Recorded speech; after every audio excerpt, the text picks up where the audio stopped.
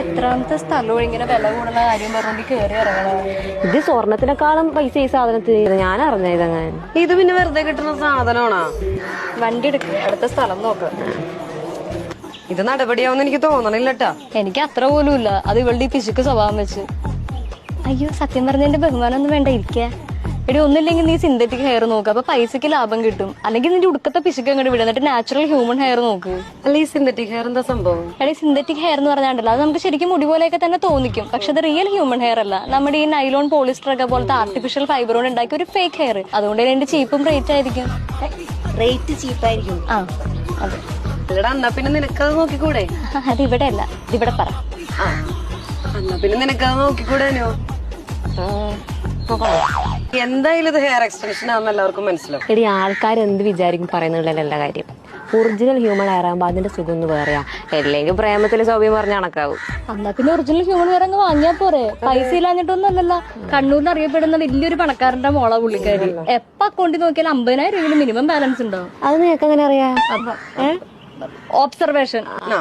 ഒളിഞ്ഞു നോട്ടത്തിനൊക്കെ ഇപ്പൊ നല്ല സ്റ്റൈല് വേറെ ആണല്ലോ. അല്ല, നമ്മൾ ഈ മുടിയുടെ കാര്യം എന്ത് ചെയ്യും? വിഷയം മാറ്റിയതൊന്നും മനസ്സിലായേ ഇല്ല. അതാണല്ലോ ഇപ്പോഴത്തെ ഇവിടെ വിഷയം, ഹെയർ എക്സ്റ്റൻഷൻ. ഹെയർ എക്സ്റ്റൻഷൻ എന്ത് ചെയ്യും? ഇപ്പൊ ഈ പ്രകൃതി എങ്ങടെ പോണേ? എങ്ങോട്ട് പോണത്? അങ്ങോട്ടെങ്കിലും ആവട്ടെ. അവനിന്ന് വരുമെന്നല്ലേ പറഞ്ഞ? അവനിന്ന് എന്തോ പരിപാടി ഉണ്ടെന്ന് പറയാനുണ്ടായിരുന്നു.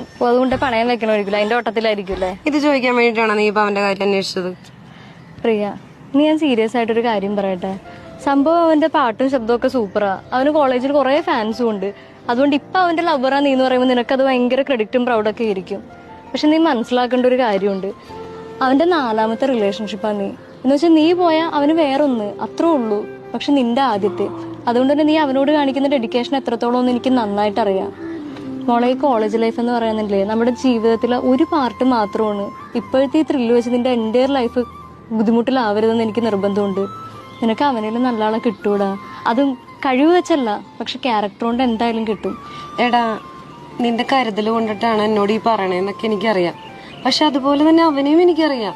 നീ ഇപ്പൊ പറഞ്ഞില്ലേ, ഈ പാട്ടിനോടുള്ള ത്രില്ല്, ഈ ക്രെഡിറ്റ്, ഫെയിം, ഇതെല്ലാം കണ്ടാണ് മുമ്പുള്ള ഗേൾസ് അവന്റെ കൂടെ വന്നതും നിന്നതും. അതുകൊണ്ട് തന്നെയാണ് അവന്റെ റിയൽ സിറ്റുവേഷൻ മനസ്സിലാക്കിയപ്പോ അവരിട്ടിട്ട് പോയത്. പക്ഷെ ഞാൻ അങ്ങനല്ല.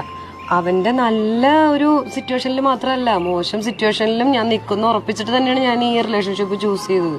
ശരി, നീ പറയണ ആത്മാർത്ഥതയൊക്കെ അവന് നിന്നോടുണ്ടോ? എന്താടാ, നീ എന്നൊന്ന് വിശ്വസിക്കു സാറാ.